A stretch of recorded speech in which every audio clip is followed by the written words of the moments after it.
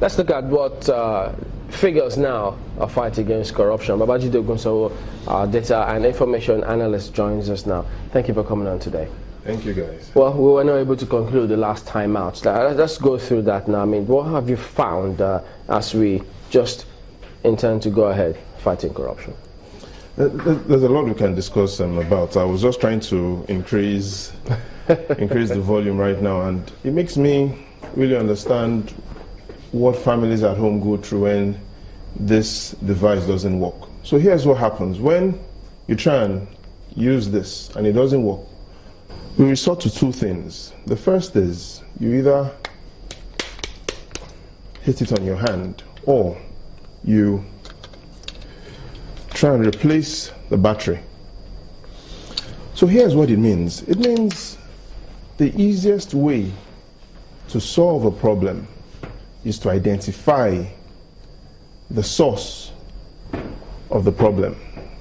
So today, can we talk about corruption without talking about money? No, we can't. So is money the battery that fuels the whole thing? Oh, clearly, because we need to always identify the source of the problem. And I'll give you an instance. The Chief Justice of the United States, Justice John Roberts, has an annual salary of $255,000. Now, to spare you, I wouldn't convert that in Naira, but listen carefully to what I'm about to say. With his annual salary of $255,000, he can buy a decent home in Washington, perhaps somewhere on the Military Road in Washington or Northeast Street. So even if he assumes and he wants to save all of his annual salary to buy this home of about $1.2 million, he needs to save his salary for just 5 years. Now, we don't expect him to do nothing with his salary and just save it for 5 years to buy this home. So here's what the U.S. Bureau of Labor Statistics say about home ownership in the United States. They say 63% of families own homes. However, 58% of those who own homes do so through mortgages. So it means it's going to be easy for the Chief Justice of the United States not to save his salary for 5 years to buy this home, but he will likely get a mortgage. Now let's flip to the case of the Chief Justice of Nigeria. His annual basic salary is just 3.3 million naira, plus all the allowances, 6.7 million naira. So today, if the Chief Justice of Nigeria chose to go to some decent place in Ikoyi, even if it's not Parkview in Lagos, and he wanted to buy this similar home, it will cost him 350 million naira. So in simple terms, it means even if the Chief Justice in the United States chose to save all of his salary for 5 years to buy a house, the Chief Justice of Nigeria will need to save all of his salary for 50 years to buy a house.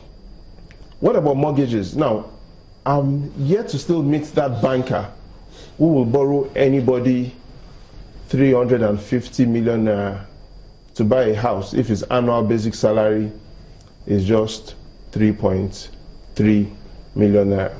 So it clearly allows us to identify perhaps one of the sources of why there's corruption. It even gets worse. The president of the Court of Appeal, his annual basic salary only 2.4 million naira.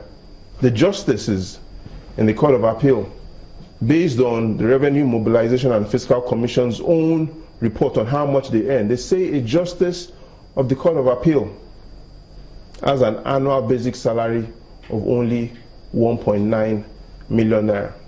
So, are judges expected to be corrupt? No, they aren't.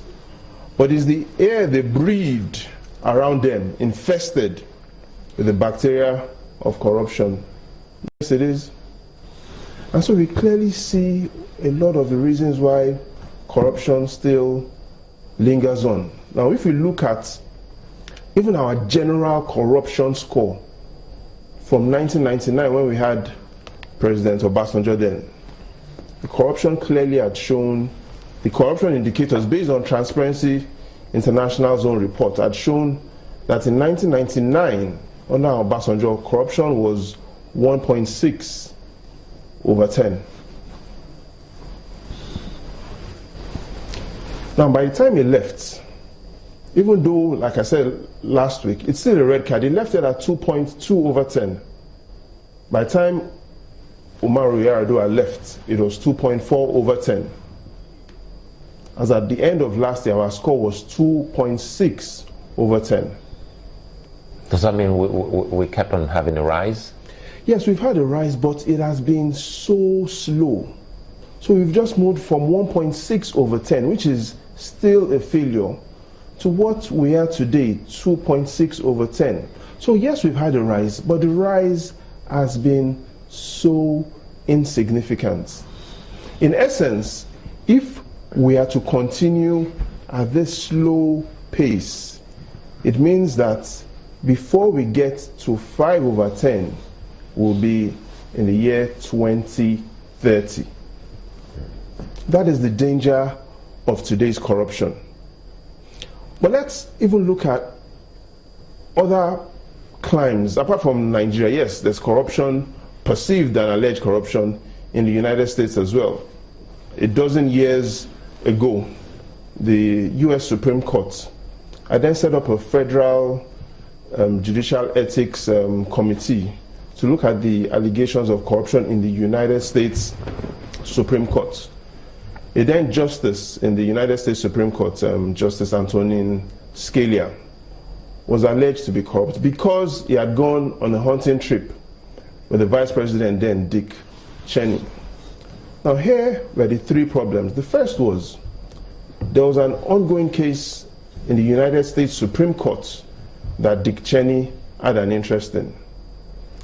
The second problem was a committee of 6 members was set up. 4 out of those 6 members were elected by a Republican president. The third thing is Dick Cheney was Republican. So there's corruption, and there's been allegations of corruption everywhere. But the challenge is we need to be consistent with our approach. And currently, there seems to be a lot of inconsistencies, even at the Supreme Court. And I'll give you an instance. Today, one of the reasons why a lot of people tune in to this program is because of consistency. So they see the bar scrolling at the bottom, 10th time winners. So it shows a lot of consistency. Now look at this. In 2005, the Chief Justice of Nigeria was Justice Muhammadu Lawal. In the United States, it was John Roberts. Then we then had Justice Belgore. In the United States, it was still John Roberts. We then had Justice Kutigi. United States, still John Roberts. We then had Justice Katsina Alu. United States, still John Roberts. Then we then had Justice Mustafa. United States, still John Roberts. We then had Justice Miriam Mukhtar Aluma. United States, still John Roberts. Now we have Justice Mahmoud Mohammed. United States, still that same man, John Roberts. In another 16 days from now, even Justice Mahmoud Mohammed will turn 70 and he will have to leave. In another 50 days, President Buhari will turn 54 and he will have to stay. So something doesn't seem even to be right. Okay.